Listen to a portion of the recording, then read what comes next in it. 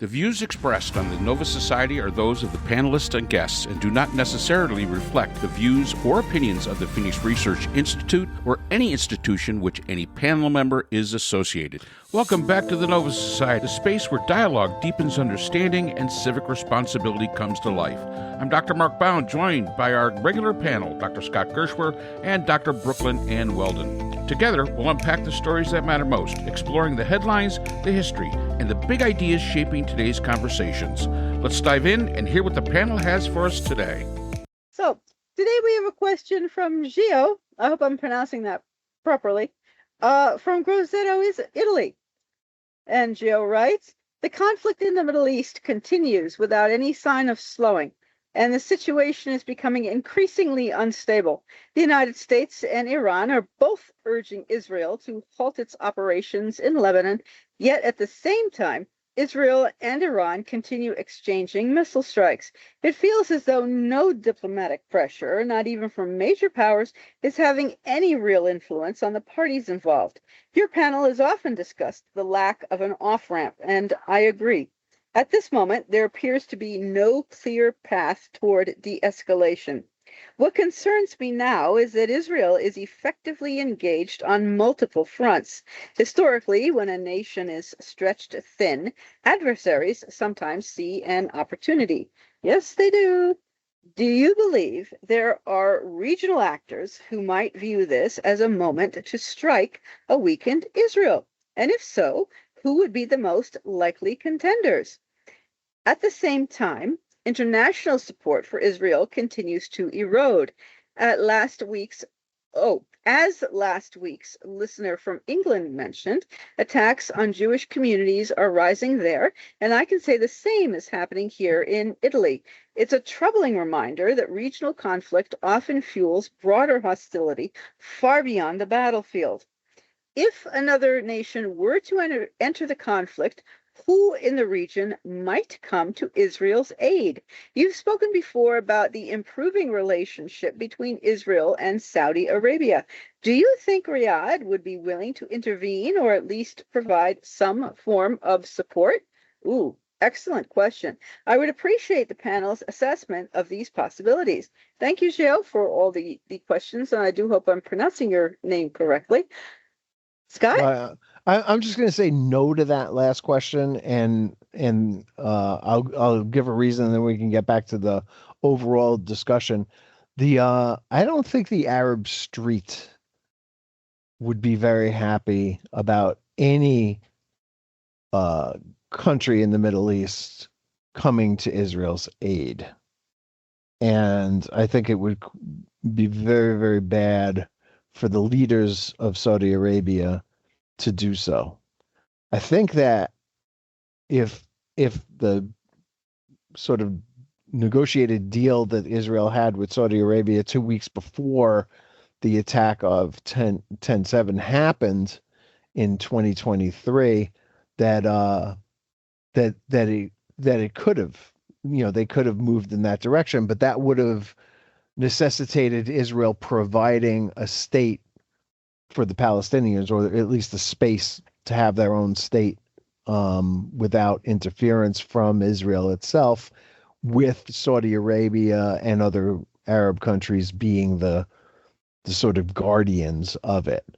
But if Saudi Arabia's leadership took Israel's side against another Muslim country, Iran's not an Arab country, even Shiite Muslims, then that would be a really bad thing for the leaders of Saudi Arabia, who would probably find themselves in an arena bent over with a sword over their heads. So we can go on from there, but I think it's most important to say that right off the bat.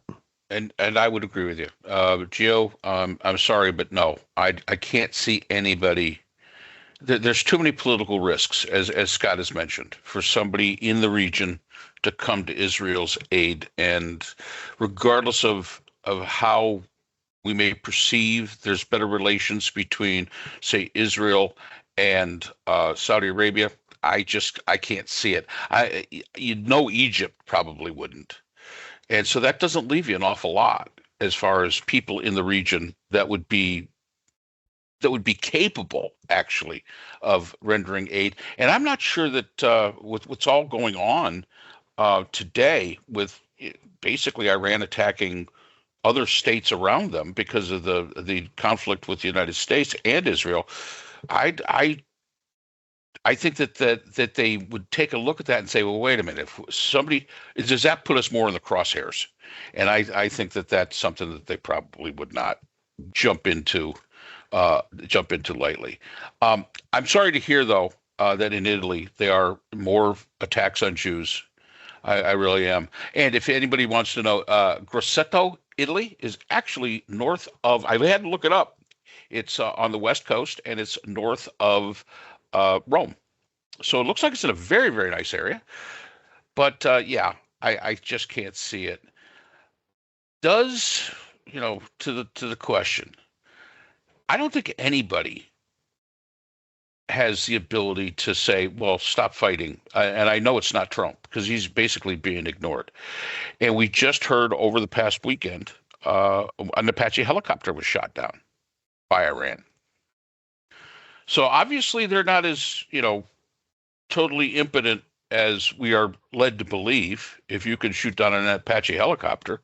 So that brings up a little bit more questions that we're going to have of, how degraded really are they? I mean, we're talking a pretty sophisticated piece of equipment being shot down.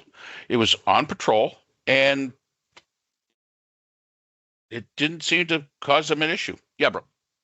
Yeah, Trump has said something like 37 times, I think, that we're close to a deal and whatnot. And I think even in the interview with Kristen Welker that went so very poorly, that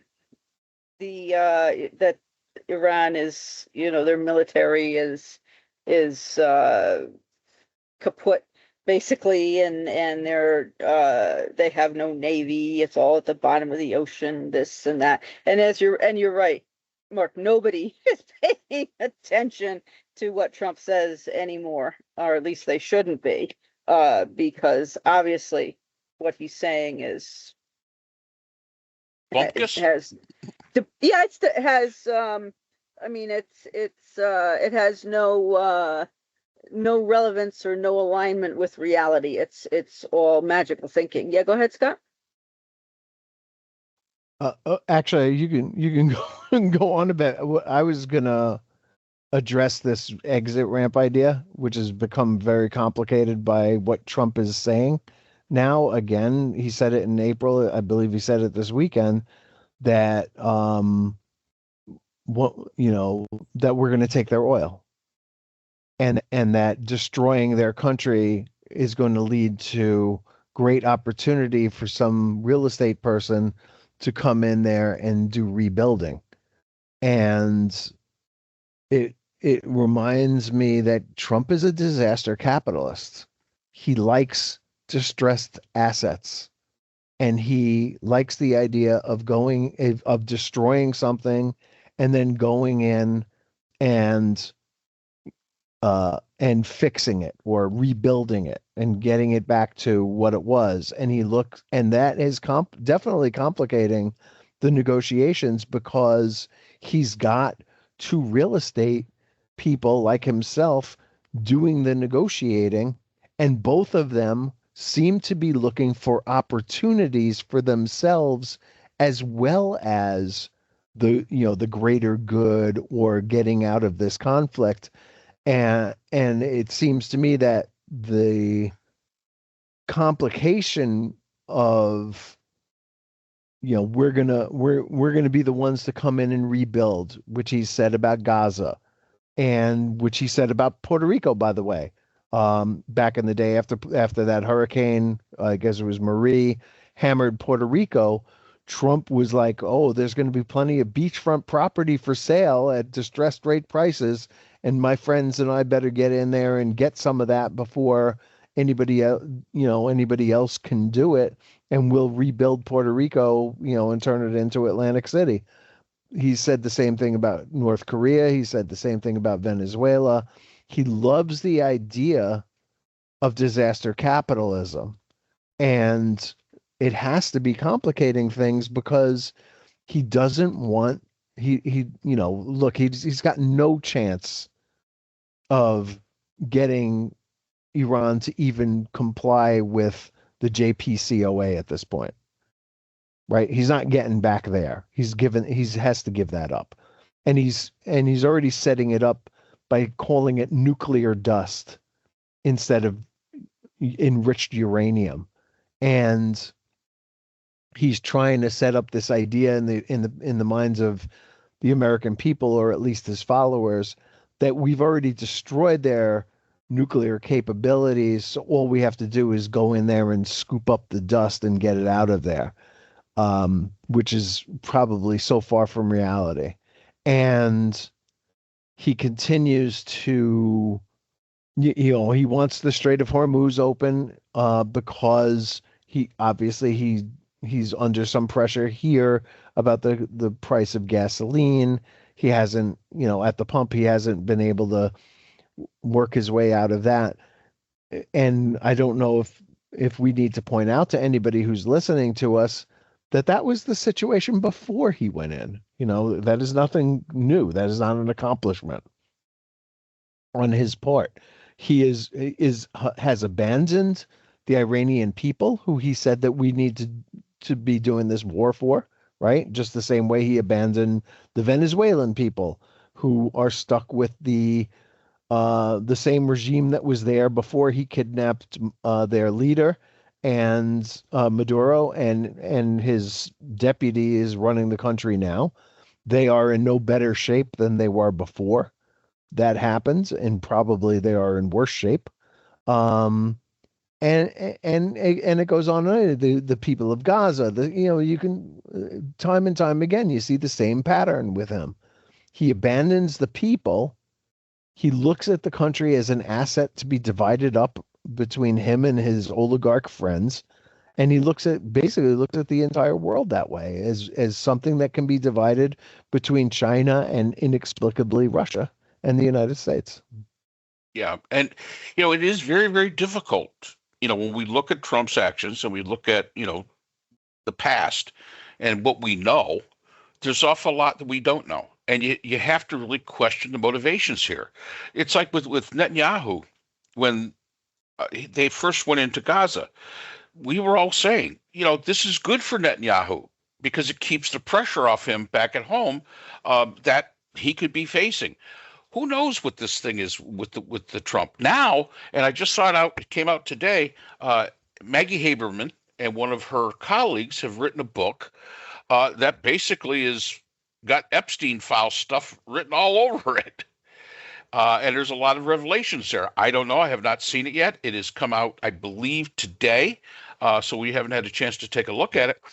But once again, this is something that kind of takes the attention of the nation away from a lot of the domestic issues that exist here, including the Epstein files.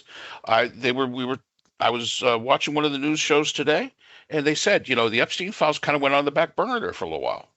And now here comes this book out, and it's back on the front burner. And if we look at the polling numbers of Trump about all of the issues, the one that he is most underground or underwater is the Epstein files, over 50%. And that includes, and with Republicans, he's only at 58% positive. That's still, for Republicans, that's a low number for Trump at this point in time. So who knows? The motivations change. And until we pull all of our assets out, until the Strait of Hormuz opens, until something happens there, I don't believe anything that I'm being told as far as from the administration. And the fact is that we can't believe anything coming out of Israel because their leader is in the same mess. Well, not the Epstein file mess, but the same, set of circumstances of people want to put him in jail and things like that. That Trump's in. So it's a little difficult for us to sit back and say, well, this is what possibly going to happen. And it is one of those issues where you're talking about a region that has always historically been very volatile and very chaotic. And now you've got two leaders, the one in Israel and you've got the one in the United States, who are basically stirring the pot as much as possible. And I cannot express this enough. There is no direction. What are you trying to accomplish? Tell us what you're truly trying to accomplish. Tell us what the end goal is. Don't just tell us, oh, we won, like Rubio did. I call this OW. Explain to us what it is that you believe that you accomplished, and then maybe we could understand. But I don't even think they have an answer. Because if they did, they'd give it to us. Because there's so many people asking that question. What are the objectives? What is the definition of a win? What do you want to accomplish here? And nobody seems to be able to give a coherent answer from the administration. If there's one thing about political administrations, if they have a good answer, they're going to give it to you. Even if it's bullshit, they're going to give you that answer to quell the uprising. But the fact is we're not getting anything from them. And to me, that's a huge issue, and I don't see an off ramp. Gio, I don't see an off ramp at this point in time.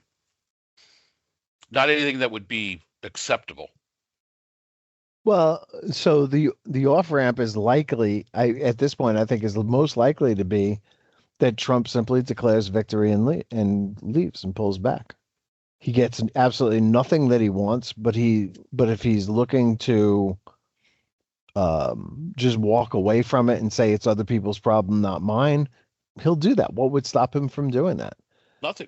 Other than shooting down our helicopters. Right. Where now he says we have to retaliate. Yeah. And look, he told Israel not to retaliate for an attack on them that came from Iran. It was a full bore multi-missile, multi-drone attack on Israel, and Israel would ordinarily and has in the past responded. And Trump ran right away and said, I'm gonna talk to Bibi and tell him not to retaliate, and then said that he went and talked to Hezbollah, the leaders of Hezbollah. Now, I don't know if that's true. I don't know if it was somebody who said they were the head of Hezbollah or, said that they knew a guy who was the head of Hezbollah. I can't understand what he's even talking about. And of course, there's no readouts or anything of any of this stuff. But he had to understand that Israel has to respond. This is just the way the game is played. They hit us, we have to hit them back. And Israel's modus operandi has been to hit them so hard that they don't want to hit us back again. And they'll do something like shoot one missile that they know is going to get knocked out of the sky and at least be able to go back to tell their people that they retaliated and leave it at that. And now we're getting into an area that, I guess is, for me, it's polyheuristic theory, which is an international relations theory that basically describes how leaders make decisions. And the one thing, it's a two-step process. You go through first all your non-compensatory things, like you have to haves, things that you have to have. And political survival is one of the things that you have to have, right? Mm-hmm. And so they'll go through this one-step process and say, these are all the things that we need to be able to survive politically here at home. And then from there, once you eliminate all of those things, then you can go on to the next step, which is more of a rational problem-solving, decision-making process, right? So if you look at this from a polyheuristic analytical framework, what you see is the have to have is that everybody involved in a democracy, Israel and Trump, need to be able to give something back to their political followers. Now, you know, that is the bare minimum. They have to have that. They have to be able to save face, which is not something that we ordinarily think of the United States having to do. We've never really had to, I guess in Vietnam we had to save face, but I can't think of any other examples of that. Mm. Peace with honor, that kind of thing, right? But before we're like really, really like dug in here, it's probably not a terrible option for him to just say, you know, we've done what we have to do. A lot of stuff is going to be kicked down the road. We'll deal with it later, but we're leaving. We're not involved here anymore. And I'm bringing the aircraft carriers home, or at least moving them somewhere else. And we're not involved anymore. The Strait of Hormuz is the Strait of Hormuz. Other people's oil depends on it. Let them deal with it. I continue to say that is the best exit ramp for him right now. It's an unsatisfying response. Obviously, it doesn't do any of the things that he set out to do. It only gets us back to where we were before he bombed, right? But that's probably his best alternative right now. Well, I mean, it doesn't quite get us back to where we were before he bombed because the strait is still closed, and Right, the strait was open I mean, before. yeah, but he'll say it's not. At least it's not our problem. I mean, I don't think we Right. have a whole lot of stake in the Strait of what comes through the Strait of Hormuz here in the States, as much as other countries do, and No. he'll let Uh, them hold the bag for it, Yeah, and he will, he'll be except fine. He'll be fine with that. On the other hand, what he did today, I believe, is, at least according to the Iranians, and Mark is right, you can't trust them, you can't trust him. no, that's true. We can't trust anything. There was video footage of this verified by the New York Times. Central Command didn't say anything about it. They hit drinking water facilities in Iran, and we've basically cut off water for thousands of people. And with Trump having said that we're going to do this, we're going to hit civilian infrastructure, that proves his intent, and it's a war crime. It is a crime against humanity. It is a war crime under the Geneva Conventions. And so we're committing a war crime. This is not anything that that is condonable in any way, shape, or form, but yet that's where he's going. I think he's probably dipping his toe in the water a little bit because he hasn't blown up all their bridges as far as we know, and he hasn't done a lot of other things that he has threatened to do. But he is going to kill civilians there who he said he was going to war to help. Like, this whole situation makes no sense at all. But this is the quagmire that he's gotten himself into.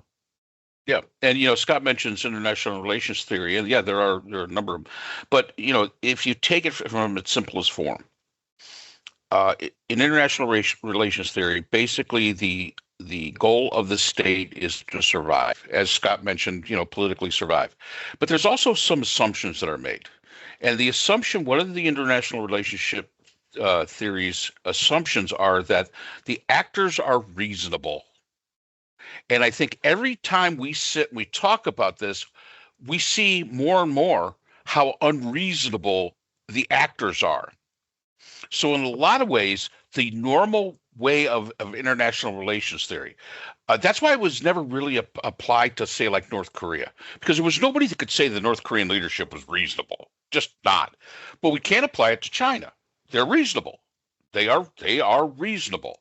But when we're talking about at this point in time, if we look at the different leaders that we're looking at, Trump, Netanyahu, whoever's in charge of Iran, whoever's in charge of Hezbollah, and I agree with Scott, I don't know who the heck they think they were talking to.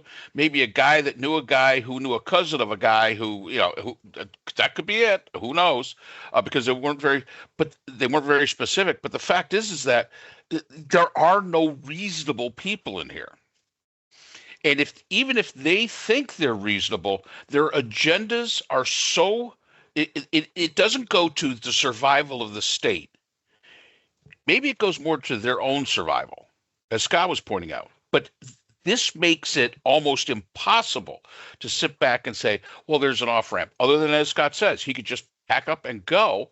And I'm sure a lot of his followers, the crayon chewers, will say, yes, this was a victory, this, that, and the other, when nothing was accomplished. And he'll give you some bullshit line that you believe that's totally wrong, but okay, that's fine. If that takes our people out of harm's way, it is what it is.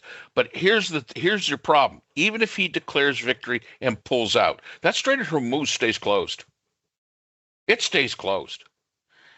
I don't think they open it. And they have said, Brooks mentioned this a couple of times. The Iranians have said, we will open up to other shipping, but not to the Americans. So whatever you're feeling today economically, and I saw today the rate went up to 4%. The inflation rate went up I think to it's 4%. 4.5. Well, I just saw 4. I just saw 4. 4.2. It definitely went up. 4.2? Huh? Yeah, 4.2. that's what 4.2. Yeah. Taking a guess Yeah. there. It's over definitely gone 4%. up. And it's going to keep going up. That's the problem. And we haven't seen the last of this yet. We're also, Biden did draw down some of our strategic oil reserve, and he did not replenish it. This is when Putin made his jolly little incursion into Ukraine that was supposed to be so short, and that was not replenished. And with this elective war, Trump and other nations have been drawing down their strategic reserves. And if it weren't for that, gas prices would be even higher. And we are going to be at 50%, I believe, in at the current rate. I believe in something like September, which will be the lowest our reserve has ever been, something like that. I'm not quite sure of my figures, but it leaves us at a very concerning level if anything else happens. And we need our reserve, and there's not any opportunity to replenish it. I mean, Trump could have been replenishing it when gas was 60, when gas was petroleum was $60 a barrel, but that would have made gas more expensive at the beginning of his term, and he didn't do it. So he started from less, and he's been drawing it down. So once other countries can no longer and draw from their reserves, and once we can no longer draw from our reserves, and the Strait of Hormuz is still closed, which I rather suspect it will be, although I could be wrong. Gas prices could go up to who knows what it will be this fall and into the winter when people have to heat their homes. And Trump is now putting money into coal and reopening coal mines, by the way, like $700 million or something into coal mines and into the coal industry. So, and if and when the Strait of Hormuz does reopen, the United States, under a reasonable president, and every other country in the world will need to start to refill their strategic oil reserves, which means that the price of oil is going to stay up because of the demand to refill strategic oil reserves. Good So opportunity for you if you are going to go into renewable energy. I mean, let's get back to the old American way of doing things. Let's look at this as an opportunity. Yes, because the prices, and if you need motor oil for your vehicles, I suggest you stock up, because that actually, there may not be any, and I am not joking, and I'm not the one who this is not coming from me. This is, I've watched other energy channels from and energy experts who have said that, I mean, the supplies may not even be there of various petroleum products. So we're talking years. Some people have even, energy experts have even said 6 years before prices come down. If the strait opens tomorrow, which it won't, because infrastructure has to be fixed. Wells that have stopped, they've had to plug wells or stop using them because they've run out of places to store oil, and they've had to stop pumping oil. So, and restarting a well is not that simple. So there's a huge backlog, and then replenishing strategic oil reserves. So we're looking at years of higher gas prices. So yes, focus everybody on trying to do solar panels, try to see what you can do. People have run cars on used vegetable oil. I mean, it is possible. I know nothing about how it's done, but it is possible to do these things. So in other words, there's a lot of work ahead of us. Now, to the last part of the question. Yes. Who do we see as a possible actor in the area that might take advantage of Israel's position? Who do we think? Who's the most likely culprit? Pakistan? I don't know. I mean, who's gonna take advantage for what? I mean, we know that of Israel's. Basically, the question is they're fighting. It looks like they're fighting on a two-front war. Israel will be weakened by this, especially if the United States was to pull out. Bibi has already said that he wants nothing. That he wants to wean himself off the money the United States provides for weapon. So that. Do you believe that? Huh? Yeah. Do you believe that statement? Yeah. I mean, Israel is very much dependent on the United States. He's that. I know he said it, but I don't know if I believe it. Well, maybe not. Well, I actually do believe it. I think that they've got a pretty thriving economy over there. Yeah. They've got a great tech sector. I'm sure their munitions people are up for any challenge. Yeah, no, I can see that. We should note that Israel is not at war with Lebanon. Israel is only at war with Hezbollah, and the distinction needs to be made because if Israel were at war with Lebanon, that might draw in Syria, and Syria has long had an interest in Lebanon's future, and that would be a hard thing for them to do if Bashir al-Assad was still in charge of Syria. I would say that Syria would be the one country that would try to take advantage of this as best they could. If Saddam Hussein was around in Iraq, I would say that he would have tried. I don't think that any of the current Arab state leaders would dare do anything to Israel to escalate things because Israel would hammer them so badly. And again, their number one priority is their own political survival. So I don't see that happening. But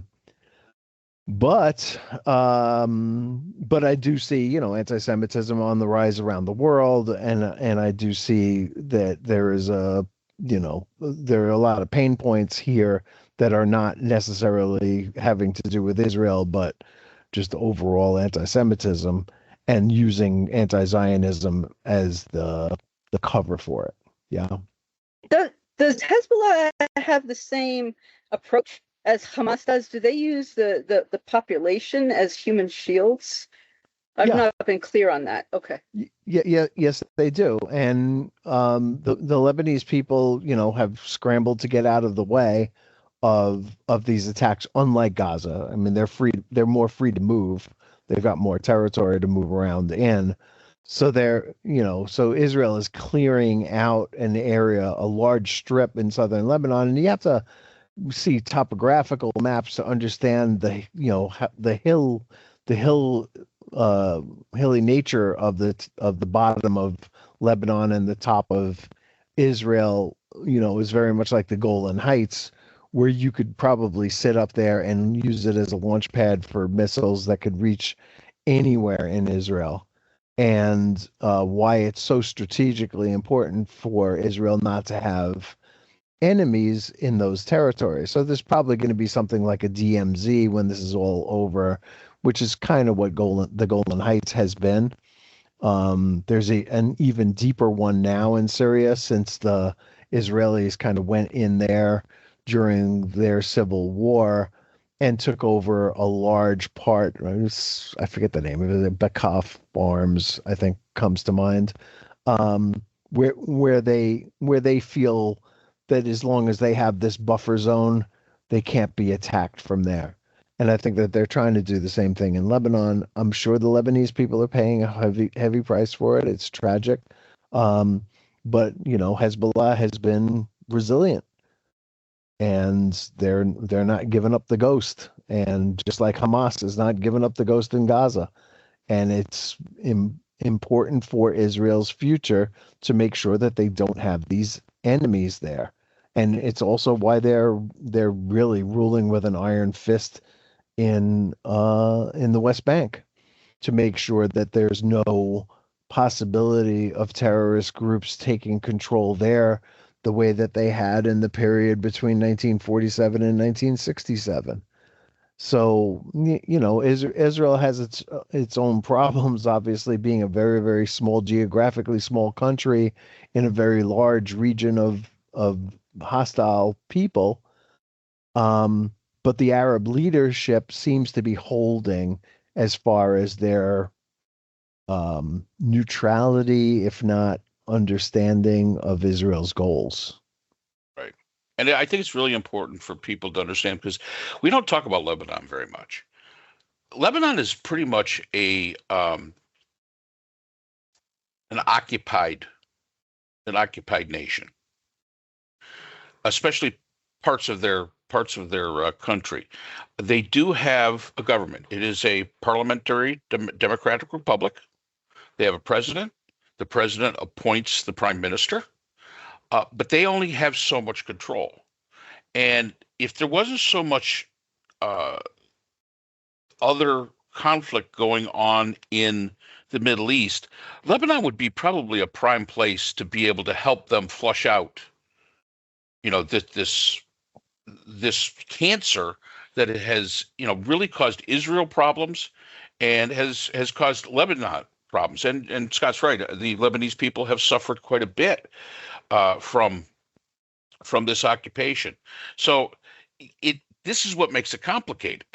The fact that Iran was basically a proxy for Iran in southern Lebanon, and then you've got Hamas, which was a proxy for Iran in Gaza. This is what causes, as Gio puts it, the multi-front war that they're fighting.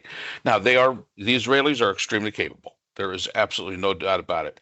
I would agree with Scott in the sense that if al-Assad was in charge of Syria, yeah, he might be the guy you got to watch because we're not sure. Definitely, if Saddam Hussein was still in charge of Iraq, definitely you'd have to keep an eye on him.